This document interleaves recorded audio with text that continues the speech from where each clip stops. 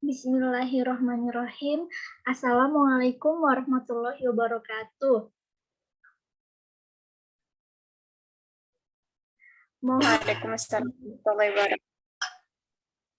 Oke, terima kasih Ibu Guru yang sudah berkenan mengikuti acara diseminasi pelatihan di Damba yang saya ikuti. Terima kasih atas waktunya. Semoga nanti berjalan dengan lancar ya, walaupun daring seperti ini. Nah, langsung saja ya. Saya perkenankan saya untuk share screen semuanya. Share sound. Coba. Langsung buka.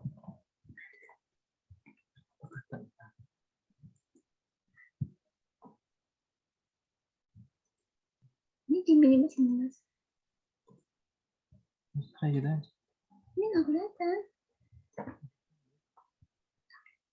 Apakah share screen saya udah terlihat, Ibu-Ibu? Sudah, Bu. Alhamdulillah nampak. Oke, sudah ya. Langsung saja ya. Ini masuk ke acara inti, yaitu diseminasi di Damba. Saya sebelum melaksanakan diseminasi ini, yuk kita berdoa dulu. Semoga acaranya lancar. Bismillahirrahmanirrahim. Berdoa dipersilahkan.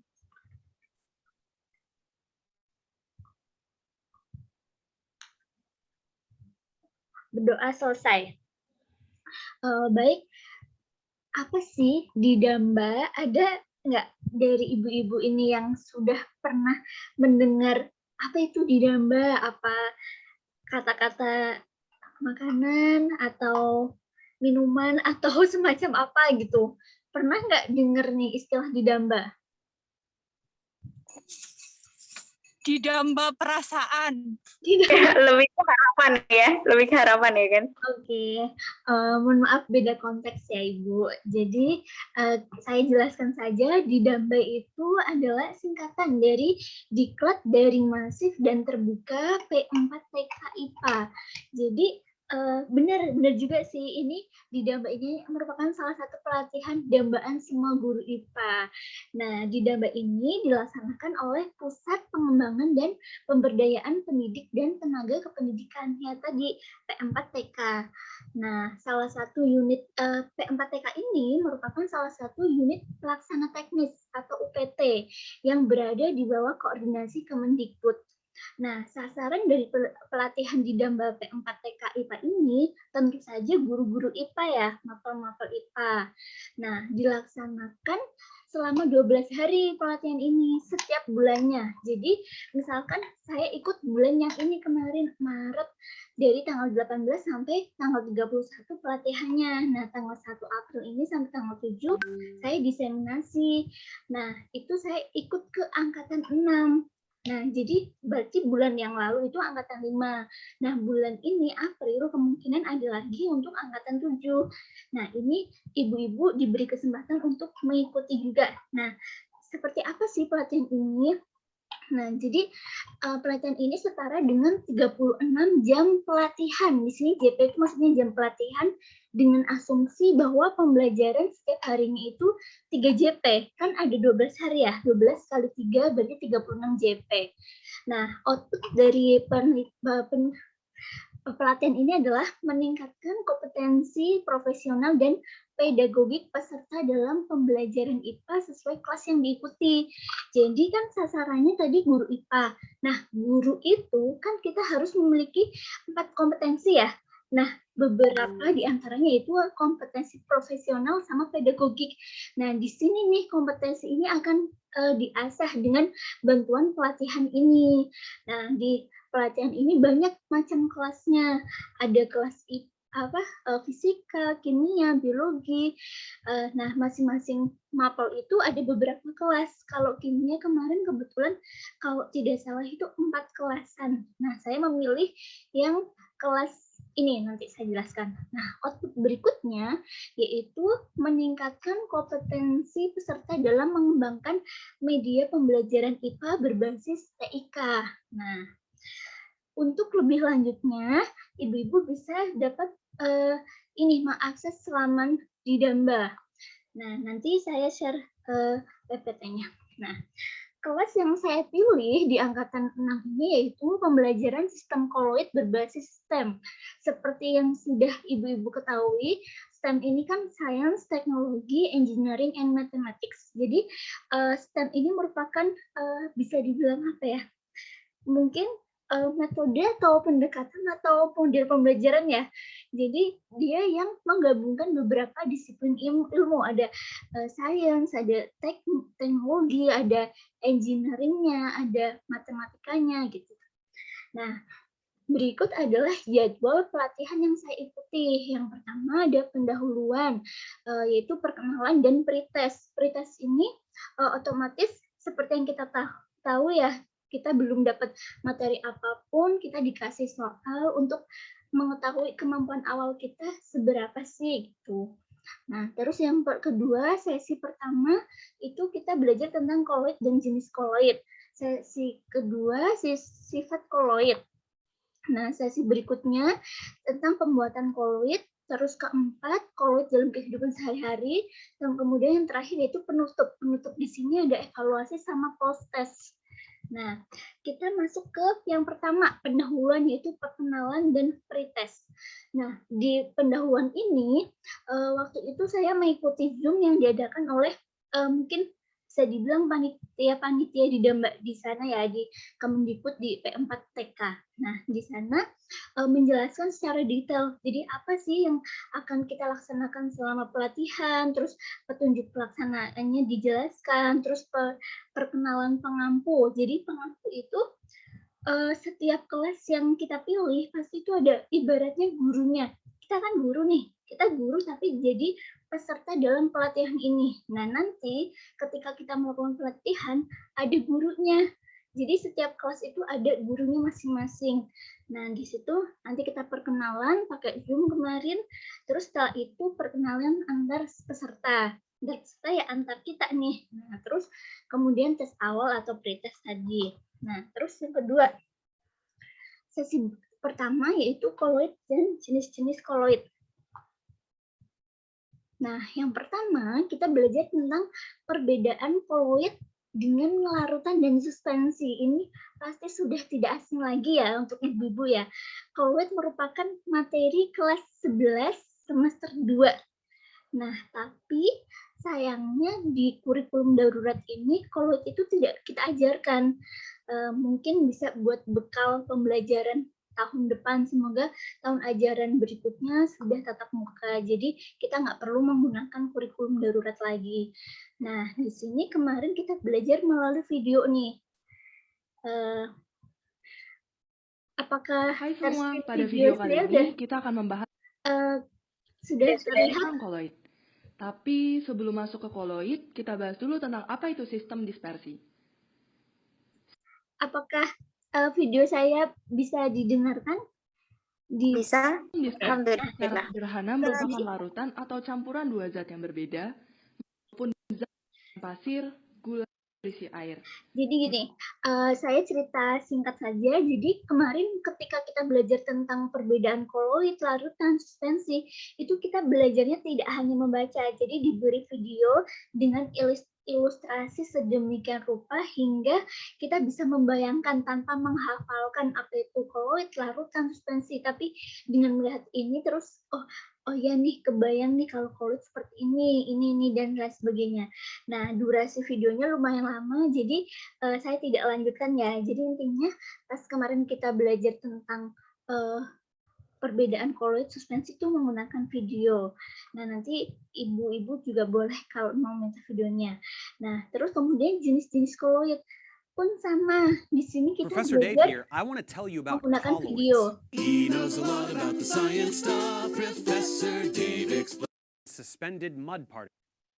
Nah, We can jadi also di sini pakai full in English, tapi jangan khawatir di sini walaupun ada peserta yang kurang mumpuni dalam bahasa Inggris, di sini ada kok tulisannya. Insya Allah kita paham lah ya, kan dasar-dasar materi tentang koloidnya kita sudah lumayan lah. Nah, seperti itu. Jadi kemarin kita belajar lewat video ini juga. Terus setelah belajar jenis-jenis koloid, kita berdiskusi nih. Nah, diskusinya ini difasilitasi di ini webnya di Damba P4 TK ini. Nah, nanti bentar. Apakah sudah terlihat nih? Saya sedang membuka forum diskusi di web di Damba. Sudah, Bu, sudah. Nah, oke, jadi di sini masing-masing peserta saya, jadi di kelas pembelajaran sistem koloid berbasis STEM itu ada kelas A sama B, jadi sama-sama belajar tentang itu, tapi kelasnya dipisah A, B dengan pengampu yang berbeda masing-masing. Nah, saya ikut di kelas A. Nah, di kelas A ini, nih kita melaksanakan diskusi nih, kayak misalkan nih dari Pak nih Mahruf Solihin, bapaknya ngasih kayak umpan apa ya, pancingan ke kita, stimulasi apa termasuk koloid. Nah, terus peserta lain boleh baca, boleh komentar di diskusinya Pak Mahruf itu dan lain sebagainya, sampai sebanyak kurang lebih 40 orang per kelasnya. Nah, seperti itu. Terus kemudian tugas sesi 1. Nah, kemarin kita tugas sesi 1-nya adalah disuruh untuk merancang percobaan, ya, di mana percobaan ini bertujuan untuk membedakan larutan suspensi dan koloid.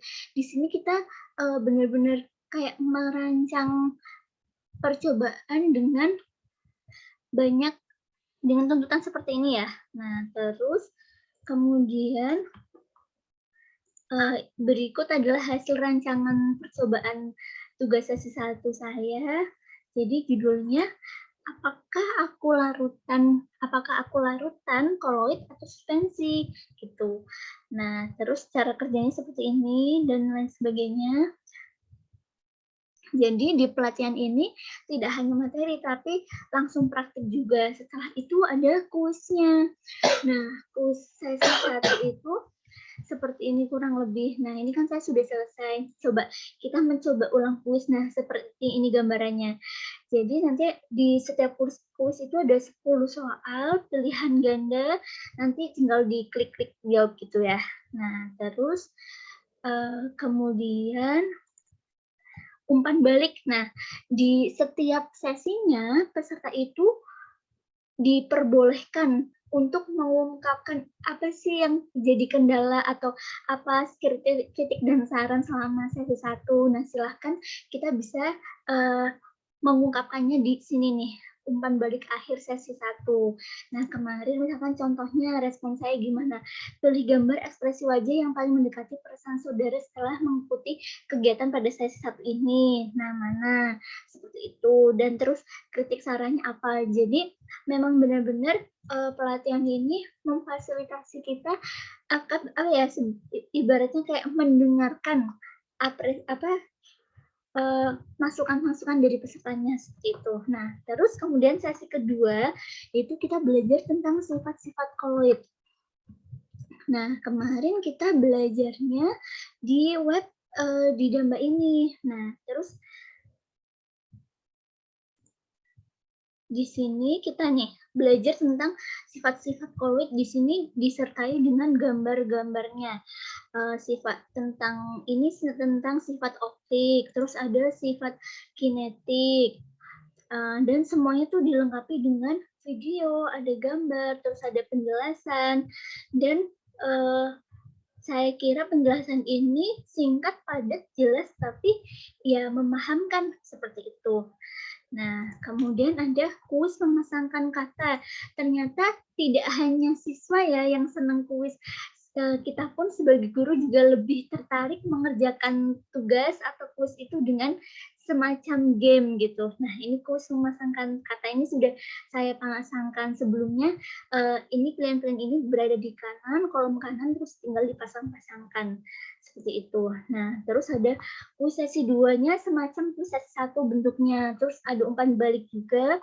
Terus ada Zoom. Di Zoom ini kita diskusi juga tentang sifat-sifat koloid seperti itu. Nah, kemudian sesi ketiga nih, pembuatan koloid. Nah, di sesi ini kita dituntut untuk praktik. Nah, tapi sebelumnya dikasih contoh dulu. Hello friends, this video on surface chemistry part 21. It cools down. Di video ini dijelaskan dulu kan pembuatan koloid itu banyak ya caranya, ada kondensasi, dispersi dan lain sebagainya. Nah, di sini dijelaskan perbedaannya seperti apa, cara pembuatannya bagaimana. Nah, setelah itu kita praktik. Nah, praktiknya apa? Gimana? Nah, terus gini, contohnya di sini adalah pembuatan. Hai bros, kembali lagi dalgona. bersama saya Leo. Jadi pada kesempatan kali ini saya ingin Seperti yang sudah kita tahu ya, dalgona adalah merupakan minuman viral sejak pandemi ini ya. Nah, kok bisa sih di Damba ini mengambil tema minuman dalgona sebagai minuman yang dibuatnya itu melibatkan proses koloid. Nah, kira-kira kenapa ya ibu-ibu ya? Ada yang tahu kok kenapa si dalgona ini melibatkan proses koloid pada pembuatannya? Ada yang tahu?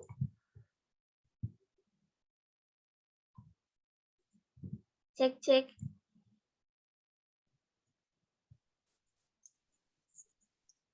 Apakah ada yang tahu?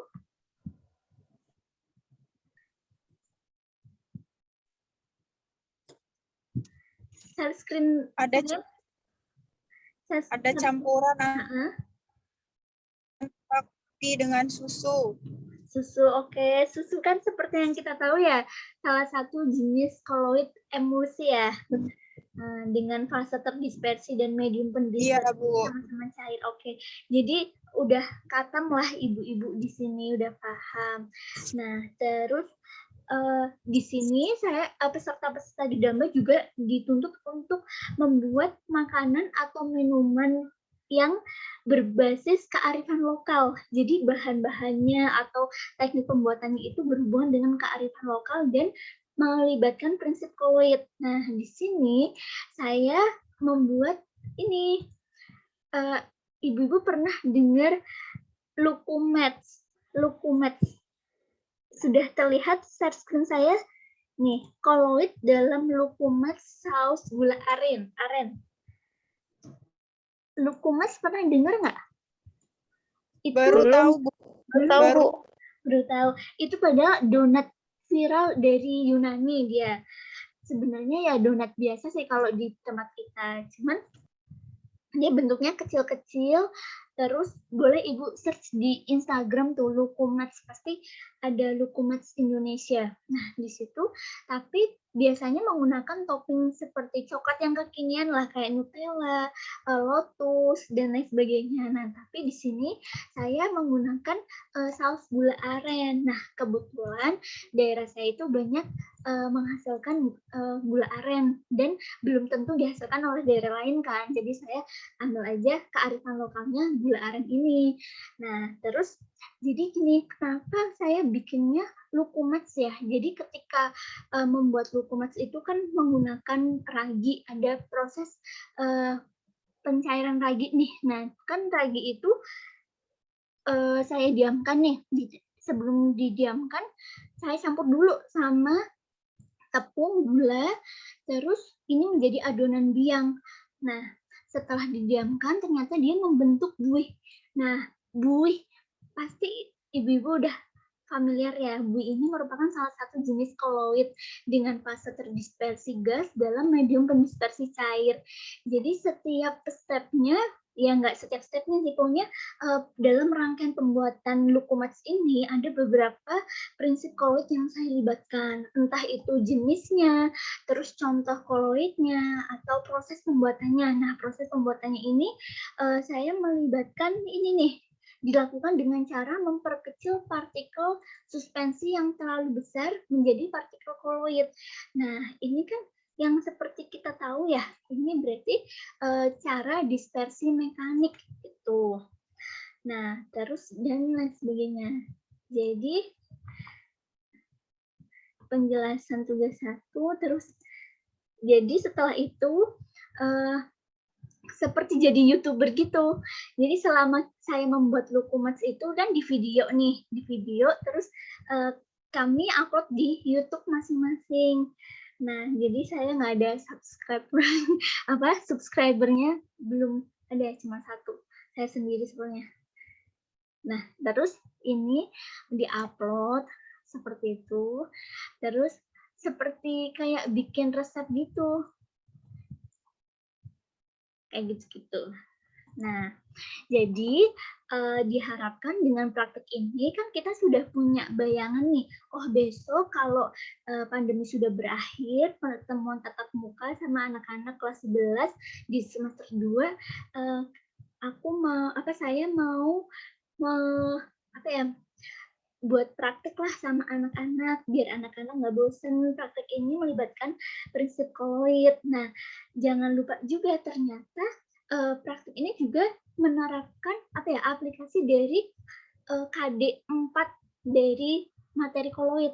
Nah, kalau tidak salah itu KD-nya berbunyi membuat produk makanan atau benda lain yang melibatkan prinsip koloid. Nah, itu pas banget ya dengan KD yang ada di materi koloid seperti itu. Nah, setelah kita mengupload tugasnya, kan teman-teman lain kan bisa lihat tuh di YouTube kita. Nah, setelah itu diskusi hasil pembuatan koloid itu. Terus setelah itu kuis. Nah, habis itu umpan balik seperti sesi sebelumnya. Nah, sesi keempat itu yaitu tentang koloid dalam kehidupan sehari-hari. Nah, di sini kita sebelum melaksanakan belajar tentang materi ini, kita zoom dulu. Zoom diskusi terkait koloid dalam kehidupan sehari-hari. Nah, kemudian di sini kita belajar tentang pengantarnya dulu. Nah, kita belajar di webnya P4TK. Nah, di sini seperti materi sebelum-sebelumnya juga dijelaskan menggunakan gambar, jadi tidak hanya materi biasa gitu, jadi visualnya juga banyak. Nah, terus setelah itu di sini ada koloid dalam kehidupan sehari-hari seperti yang sudah kita pelajari di materi-materi SMA kan. Koloid itu banyak ya aplikasinya di kehidupan sehari-hari, bisa pada pembuatan delta sungai, terus ada mesin ginjal buatan, terus ada langit berwarna biru, ini yang melibatkan sifat koloid efek Tyndall, terus ada penjernihan air dan lain sebagainya. Cuma bedanya kalau di sini itu dilengkapi dengan gambar dan penjelasan yang sistematis dan bisa digunakan oleh guru untuk referensi mengajar gitu. Nah, terus setelah itu kita melakukan diskusi di forum diskusi, kemudian kuis, terus umpan balik. Nah, setelah itu kita juga diberikan beberapa lembar kerja dan nih macam-macam, ada lembar kerja perbedaan larutan koloid suspensi, jenis koloid, sifat-sifat koloid, dan pembuatan koloid. Ini merupakan bahan bacaan yang bisa kita gunakan untuk mengajar. Nah, ini yang sudah kita pelajari di sesi-sesi sebelumnya. Nah, terus pasti dari tadi ibu-ibu penasaran nih, kan kelasnya itu, judul kelasnya adalah pembelajaran sistem koloid berbasis STEM. Nah, di mana sih letak STEM pada pembelajaran koloid sistem ini? Nah, jadi seperti ini. Kemarin pada saat kita belajar tentang STEM itu, kebetulan diisi langsung oleh pengampu kami, Bu Yayu. Nah, itu melalui Zoom dengan penjelasan di PPT ini. Jadi, ini biodata ibunya, terus ini berkaitan dengan latar belakang kenapa kita harus melakukan pembelajaran jarak jauh, karena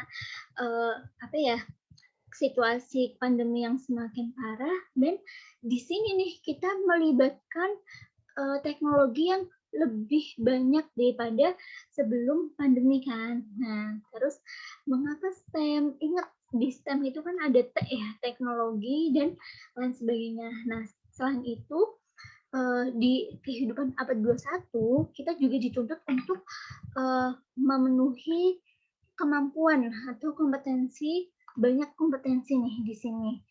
Nah, terus setelah itu pembelajaran abad 21 ini juga memiliki tantangan yang baru, beda dengan sebelumnya. Nah, jadi seperti ini ya. Apa itu STEM? Seperti yang kita ketahui ya, dia ternyata suatu pendekatan pembelajaran di mana di dalamnya ada integrasi antara keempat subjek tersebut, yaitu ada sains, teknologi, engineering, matematika yang berfokus pada pemecahan masalah dalam kehidupan sehari-hari. Ini melibatkan skill problem solving peserta didik nih. Dan masalah yang dipecahkan itu bukan masalah yang hanya di angan-angan aja, tapi masalah yang benar-benar nyata terjadi di kehidupan sehari-hari dan dilakukan secara profesional itu. Nah, ini nanti bisa kita pelajari lagi ya tentang tujuannya, terus karakteristiknya. Nah, dia bersifat kontekstual gitu-gitu. Nah, karakteristik. Jadi seperti itu. Nah, di sini nih, jadi tidak semua KD dalam materi pembelajaran itu dapat diaplikasikan dengan menggunakan pendekatan STEM. Jadi hanya KD-KD yang tertentu saja.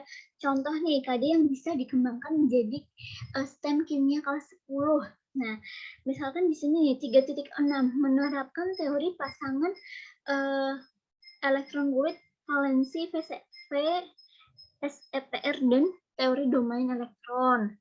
Tuh. Terus jadi gini, yang kita lihat khususnya sih yang KD 4 titik, soalnya dia yang lebih ke keterampilan membuat model bentuk molekul, membedakan daya hantar listrik. Berarti ini yang kita praktik menggunakan alat uji elektrolit seperti itu. Terus dan lain sebagainya. Tapi tidak semua KD kan mereka melibatkan yang seperti membuat gitu kan.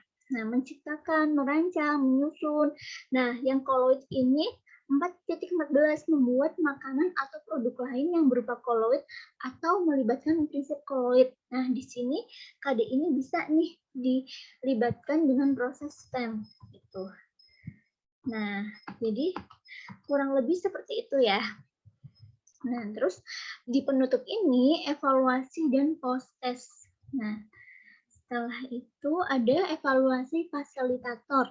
Fasilitator ya itu kan tadi kita dibimbing oleh guru kita, Bu Yahyo. Nah, kita bisa memberi kritik dan saran terkait penyampaian pembelajarannya dan lain sebagainya. Nah, terus ini evaluasi penyelenggaraan, yaitu dari P4TK sendiri mungkin kita mau kasih saran, ternyata masih ada yang kurang di bagian ini, atau kita memberikan apresiasi, wah ternyata sudah bagus di bagian ini.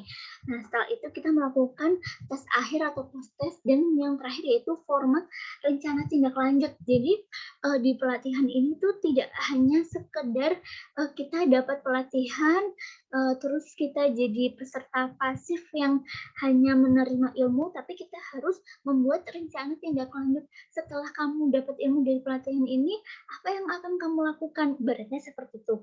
Jadi dari format rencana tindak lanjut ini kita follow up ya. Jadi tidak semua rencana kan dilaksanakan, atau mungkin rencana itu bisa diubah. Nah, di sini kurang lebih seperti ini. Jadi rencana tindak lanjut kami itu adalah diseminasi, artinya menyebarluaskan ilmu yang sudah kami dapat selama pelatihan, dan memperkenalkan Didamba ke teman-teman kami yang terutama satu rumpun dalam mengajar di sekolah masing-masing ya. Sebenarnya boleh misalkan ke guru biologi atau ke guru fisika, tapi lebih baik itu satu mata pelajaran, sama-sama kimia.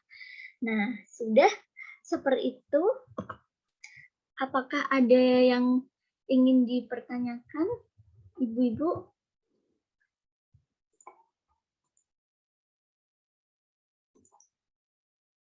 Apakah presentasinya sudah cukup jelas? Udah jelas, Bu. Sudah jelas. Apakah ada yang ingin ditanyakan? Bu, berarti di Damba ini itu pelatihan untuk guru-guru IPA begitu ya? Ya, betul, Ibu. Jadi, sebenarnya ada UPT dari Kemendikbud lain yang dia untuk rumpun IPS seperti itu. Nah, kan kita kan kebetulan kan anak IPA ya, jadi kita ikutnya yang rumpun IPA. Bisa nggak sih kita login sebagai guest atau tamu gitu? Oh, bisa aja. Saya ini ya, saya coba ya share screen lagi nih.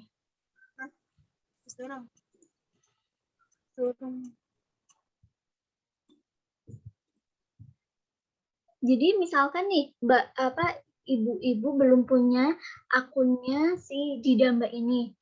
Nah, nanti karena saya sudah punya, saya bisa login di sini. Tapi kalau yang belum, bisa juga nanti daftar aja dulu di sini, masuk sebagai tamu bisa.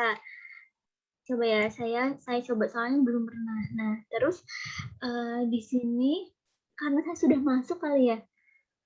Jadi tampilannya sudah seperti ini. Tapi dulu ketika saya belum ikut pelatihannya, ya bisa kok kayak kita lihat nama-nama kelasnya, terus belajarnya tentang apa sih secara garis besar seperti itu. Nah, pelatihan ini itu adalah salah satu pelatihan yang ya tadi didambakan oleh guru rumpun IPA karena kayak baru dibuka pendaftarnya jam 8, nanti jam 12 siang sudah penuh seperti itu. Jadi kan ini boleh diikuti oleh semua guru di Indonesia. Terus ada lagi mungkin diskusi terkait koloidnya atau STEM-nya, ada pendapat atau Ibu. Iya.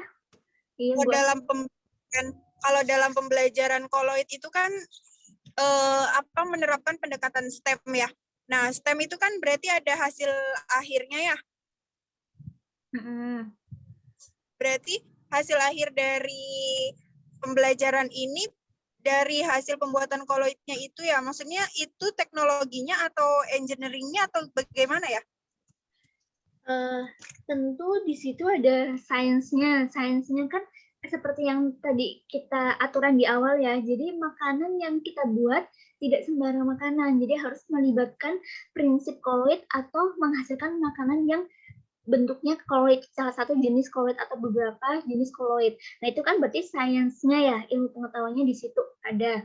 Nah, terus teknologinya udah pasti tuh teknologi kita pas ketika membuat makanannya ada kita dituntut untuk meningkatkan skill gimana cara menggunakan HP yang benar atau kamera yang benar dengan edit video segala rupa untuk diupload di YouTube. Nah, itu udah pasti teknologi engineering. Terus matematika juga sama kayaknya deh. Karena di sini kita diberi kesempatan untuk melakukan beberapa percobaan pembuatan koloid. Jadi kan yang namanya kita buat makanan tuh nggak sekali. Jadi ya kadang kalau sekali berarti dia udah expert kali ya, atau kebetulan bisa jadi tuh udah ternyata dengan resep misalkan sekian gram tepung terigu terus ditambah gula pasirnya sekian gram, ternyata menghasilkan lukumats yang agak bantat nih. Nah, berarti kalau kayak gitu saya ubah lagi nih, kira-kira harus ditambah atau dikurangi ya. Jadi mungkin matematikanya bisa di itunya. Oke, terima kasih Ibu Anissa. Terus ada lagi saya yang giliran tanya nih Ibu. Kan tadi Ibu sudah saya kasih tahu nih di Damba seperti ini, pelatihannya seperti ini. Apakah tertarik ingin ikut di Damba?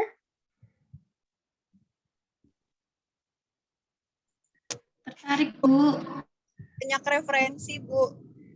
Iya, oke. Jadi, dan yang perlu kalian tahu juga nih, kelas-kelas yang ditawarkan di Damba itu bagus-bagus gitu loh. Kenapa? Karena dia kelasnya yang kayak dari judulnya aja tuh, wah, ini belajar apa ya? Kayak buat kita tuh penasaran. Ini belajar apa? Kayak ada yang kemarin teman saya ada yang belajar tentang luar angkasa. Itu banyak macamnya. Nih di Damba ini kelas latihannya. Coba. Apakah Bu, saya ingin bertanya. Ya. Nah, apakah di Damba ini hanya bisa mengikuti satu kelas saja, apa bisa lebih dari satu? Oh ya, pintar, pertanyaan bagus. Jadi hanya bisa satu kelas saja. Boro-boro ya lebih dari 2 kelas. Untuk sementara ini satu kelas aja kita udah cepet-cepetan tuh daftarnya. Jadi rebutan sama guru-guru IPA yang lain gitu. Mungkin nanti ada peraturan baru, misalkan angkatan sekarang kita ikut angkatan 6, terus bulan berikutnya boleh ikut lagi. Tapi kalau sementara ini belum boleh, jadi kita baru bisa ikut latihan itu satu kali di Damba ini. Jadi ini adalah kesempatan yang baik dan harusnya digunakan dengan sebaik mungkin. Bu. Iya, Ibu Reni gimana? Materinya tuh disiapin sama di Damba atau kita yang milih sendiri materinya? Nah, ini disajikan, disiapkan langsung oleh Bapak Ibu dari P4TK, dari panitia di Damba, dan pasti ya kerjasama dengan Kemendikbud. Dan seperti yang kita tahu kan, orang-orang di Kemendikbud pasti udah beliau-beliau itu yang sudah expert di bidangnya masing-masing kan, terutama ini di kimia ya. Insya Allah materi-materi yang diberikan itu bisa kita gunakan untuk referensi mengajar besok. Jadi insya Allah konsepnya benar, terus penyampaiannya juga lugas gitu. Oke. Terus ibu-ibu kalau mengajarkan koloid di sekolah sejauh ini bagaimana? Maksudnya apakah ada kendala ketika mengajarkan materi bab koloid ini?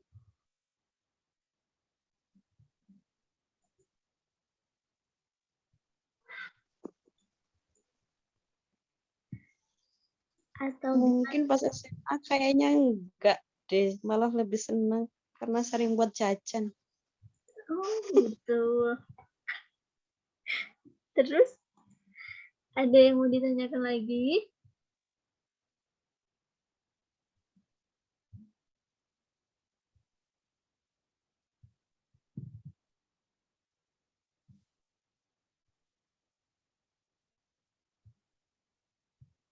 Ada yang mau ditanyakan lagi?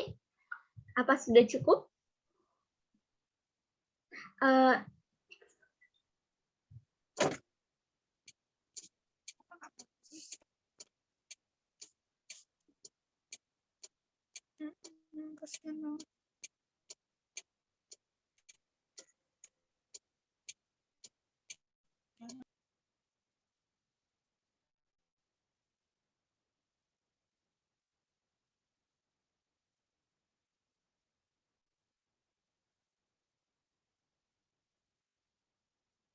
Sebelum saya akhiri presentasi ini, boleh minta waktunya untuk on kamera dulu. Saya ingin mendokumentasikan. Oh, Ibu Nisa mau kemana? Anggi mau nanya tuh, Ci. Oh iya. Ci, Ibu. Iya, gimana Ibu? Ibu Anggi mana?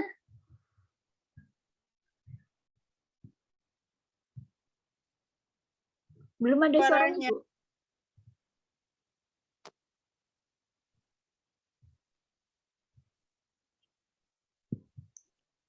Apakah yang lain mendengarkan suara Bu Anggi? Tidak dengar. Belum dengar, Bu. Iya, di chat aja. Oh, di chat aja. Giul ini join audio. Boleh di chat atau Seperti apa? Giul belum mencet. Udah ya, udah. Nggak apa-apa, di chat aja. Boleh diambil gambar.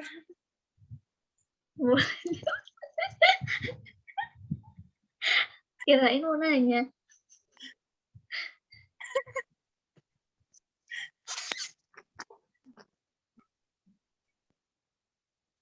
Kalau STEM bisa terintegrasi dengan pendekatan nggak, Bu? Itu pertanyaan dari Ibu Anggi.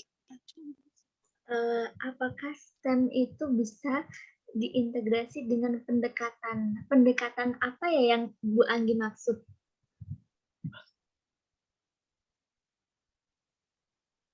Atau jangan-jangan maksudnya STEM itu bisa jadi pendekatan tidak? Karena STEM itu kan model kan ya? STEM pendekatan nih.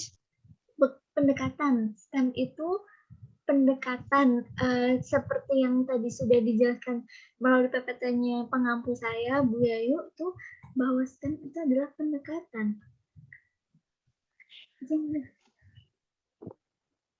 Gimana? Atau ada mungkin ada pendapat lain atau mungkin ada pernah yang baca bahwa STEM itu adalah model gitu dari referensi lain? Itu dari Amerika ya, Bu Anggi? Ada. Sepertinya kemarin Bu Anggi sudah bilang kalau STEM itu ide dari Amerika.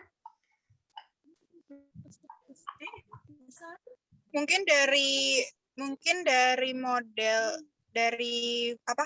STEM kan pendekatan. Nah, mungkin pendekatan itu bisa dimasukkan ke berbagai model gitu. Misalkan model cycle 5E dengan pendekatan STEM kayak gitu. Oh, boleh ya. Ya, bagus. Benar juga bisa. Terus ini juga bisa untuk diterapkan di model yang problem solving gitu-gitu kan. Atau model lain mungkin ibu-ibu yang pernah kuliahnya ikut kelas model pembelajaran. Oke, ada yang mau ditanyakan lagi, Bu? Minta tolong Ibu Titin, Ibu Reni, sama Ibu Lita di-on-kan dulu kameranya. Saya mau mendokumentasikan sebentar aja. Bentar. Cek Ibu Titin. Di screenshot dulu. Mana? Sebentar ya, Ibu. Benar. Oke. Saya hitung ya. 1. Berikan senyuman terbaik. 1, 2, 3. Oke. Aku masih nggak. Terima kasih.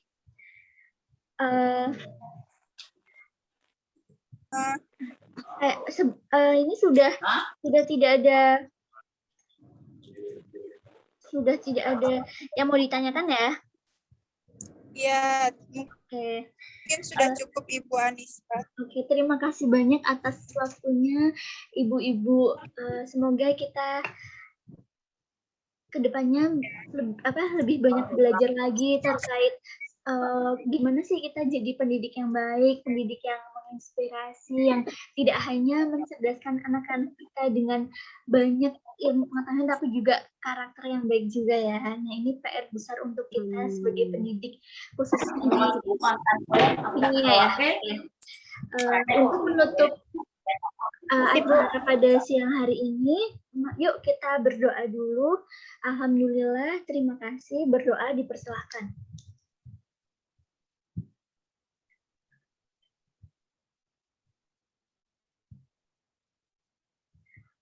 Berdoa selesai. Terima kasih atas waktunya, Ibu-ibu. Silakan melanjutkan aktivitasnya masing-masing. Saya end meeting ya. Bismillahirrahmanirrahim. Alhamdulillah. Wassalamualaikum warahmatullahi wabarakatuh. Waalaikumsalam warahmatullahi wabarakatuh. Baik Ibu. Terima kasih banyak. Terima kasih. Stop recording.